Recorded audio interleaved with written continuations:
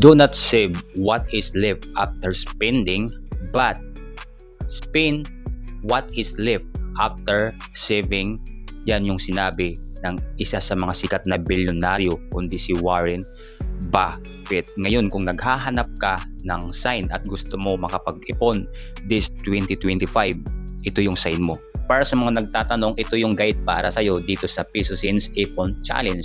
Once na na-complete mo daw to guys, meron kang tumataginting na 60,000 pesos. Ngayon, paano mo nga ba siya makukomplete? So, depende sa'yo kung kailan mo gusto maghulog, every week man yan, every month man yan, or kada sahod mo. Pero para at least mas alam mo na to, turuan kita at i-guide kita kung paano nga ba makakapag-ipon dito. So, every time na naghuhulog ka dito at kung ano yung hinuhulog mo guys, dapat is isi-shades mo siya or kaya i-check mo siya kung ano yung hinulog mo. For example, naghulog ka ng 20 ngayong araw, shades ka dyan. Pangalawang araw, naghulog ka ng 50, shades mo dyan. Pangatlong araw, naghulog ka ng 100, 200, 500 at 1,000. Ngayon, paano mo nga ba siya malalaman kapag nakaipon ka na ng 60,000 pesos? Mabilis lang guys. So una, kapag nabuo mo daw yung 500 pesos na 20 pesos, automatic meron ka ng 10,000.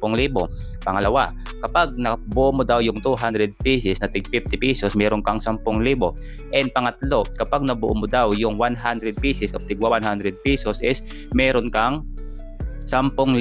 At sunod, kapag nabuo mo daw yung 200 pesos na 50 pesos is meron kang 10,000. At kapag nabuo mo daw yung 20 pesos of 500 pesos is meron kang 10,000. At yung last, kapag nabuo mo daw yung 10 pesos of natin 1,000, meron kang 10,000. Tumataginting na meron kang 60,000 pesos. Pero syempre, kung mas malaki yung hinuhulog mo na pera, like 1,000 kada sahod, or kaya 500, or 200, 100, 50, 20, it depends on nyo. So, mas makakaipon ka. So, try nyo to guys, itong Peso Cents Challenge. Napakasulit niya, napakalupit niya. Yan, wala siyang bukasan, okay? Kaya talagang hindi mo siya magagalaw at makakapag-ipon ka talaga dito. Kaya ano pang inaantay nyo? Diyan nyo lang yan guys, mabibili sa Yellow Basket. Check out na. This 2025, dapat mag-ipon ka for your future.